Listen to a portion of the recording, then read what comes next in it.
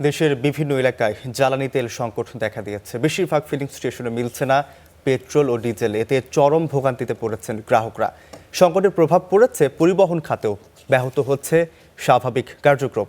এ বিষয়ে বিস্তারিত জানাতে খুলনা থেকে সরাসরি যুক্ত হচ্ছেন সহকর্মী রইফুল ইসলাম টুটুল। আমরা টুটুলের সাথে যুক্ত হতে চাই। টুটুল, যেমনটি বলছিলাম, বেশ কয়েকদিন ধরেই জ্বালানির সংকট দেখা দিয়েছে। দেশের বিভিন্ন ফিলিং স্টেশনগুলো বন্ধ সকালবেলা থাকে, আবার খুললেও বেশ সারা দিনের অনেক ঘন্টার পর ঘন্টা দাঁড়িয়ে থাকার পরও, লাইনে দাঁড়ানোর পরেও চালকরা তেল পাচ্ছে না। খুলনার কি অবস্থা দেখছেন? আপনার কাছে এখন পর্যন্ত কি তথ্য আছে জানাবেন আমাদের।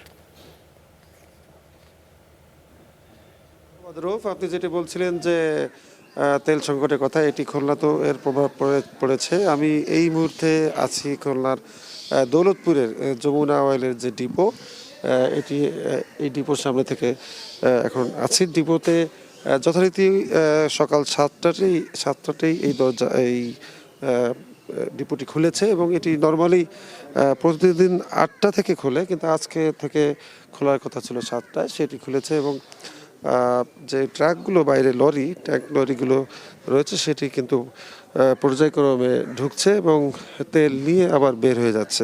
আপনি যেটি বলছিলেন যে পাম্পগুলোতে যেটি দেখা যায় যে সকালে বন্ধ থাকে এবং তারপরে খুললেও কিছু সময়ের মধ্যে সেটি বন্ধ হয়ে যায়। একই অবস্থা খুলনারও। আমরা এখন এই ডিপোতে আসতে যে পাম্পগুলো দেখেছি সেগুলো যথারীতি বন্ধই আছে, বাঁশ দিয়ে বা দড়ি দিয়ে এটি বন্ধ রাখা হয়েছে, তেল নাই বলে লেখা আছে। এখন এই যে লরিগুলো এখানে ঢুকছে সেগুলো যখন পাম্পে যাবে তখন খুলবে এবং তার কিছুক্ষণ পরেই আবার সেগুলো বন্ধ হয়ে যাচ্ছে। আমরা কথা বলেছি পাম্পগুলোর সাথে গতকালই।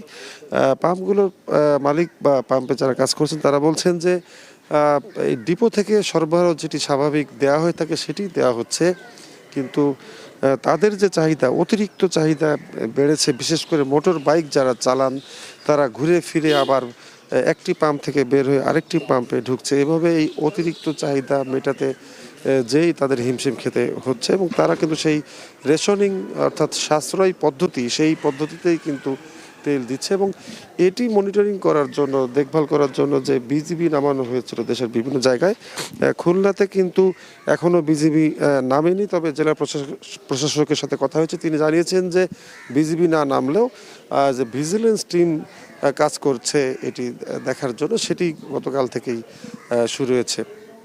এই ছিল সর্বশেষ খবর খুলনা থেকে তেল পরিস্থিতির। টুটুল, আপনাকে ধন্যবাদ। আমরা পরবর্তী সময় আপনার সাথে আবারও যুক্ত হব।